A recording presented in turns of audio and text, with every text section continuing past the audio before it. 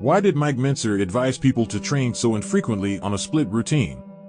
Isn't it true that if one trains different body parts each workout, they can train more frequently, since the non-work body part is afforded rest on the day they are working other body parts? This is a very common belief, but it simply is not true. You are failing to recognize, Dave, that exercise, in addition to having a localized effect on the given muscle being worked, also has a systemic effect. That is, it affects the rest of the physical system. Localized muscle recovery actually is completed fairly quickly, with systemic recovery taking up to 4 days or longer in some cases. Haven't you had a heavy leg workout, say on a Friday, Dave, then intentionally rested all weekend thinking you'd be fully recovered? But instead, you woke up on Monday still generally fatigued? See what I mean?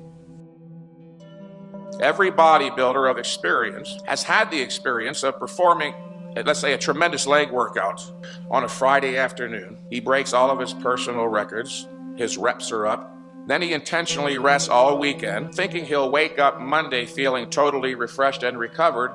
But to his surprise, he wakes up Monday feeling a sense of generalized or systemic fatigue.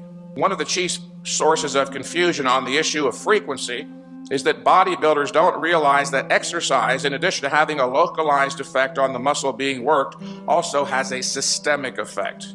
Remember, you have to rest long enough between workouts, not just for localized recovery, which actually takes place fairly quickly, even within less than hours. You must also allow enough time between workouts to allow for systemic recovery, which can take weeks, depending upon the type of training you're engaged in. If you now recognize that the rest between workouts is just as important as the work. It wasn't until I reduced their training frequency to once every 4 to 7 days, back in February of 1995, that voila, they finally started achieving results of the order I always knew were possible. Where prior to that, I would only occasionally have a client gain 10 to 20 pounds in a month, or 30 to 40 pounds in 3 to 5 months.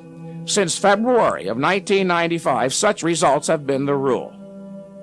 I was initially reluctant to go to once every 4 to 7 days, as I, like everyone else apparently, had blindly and uncritically accepted the notion that decompensation starts after 96 hours of no training. This was during a period of rigorous philosophic retraining on my part, when I had reached the conviction I would never, ever again blindly accept anything that mystical they had to say. They say. Who is this they we all keep hearing about? I have spoken with numerous people, especially intelligent, career-oriented individuals who were either about to give up weight training or were reluctant to start, as they were under the impression that training every day for an hour or two was required, and they just couldn't justify, Dave, that kind of time expenditure.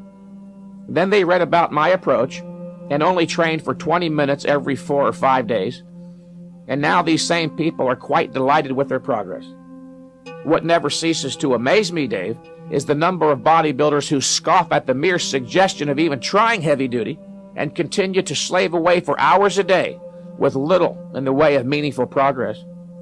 Throughout human history, men have done all they could to avoid slavery, and here in the latter part of the 20th century, there's a group of knuckleheads who seem to willfully embrace the role of beast of burden. Thanks for watching. If you enjoyed the video and the information provided, please check out more of my videos and subscribe to my channel. Train like Mike.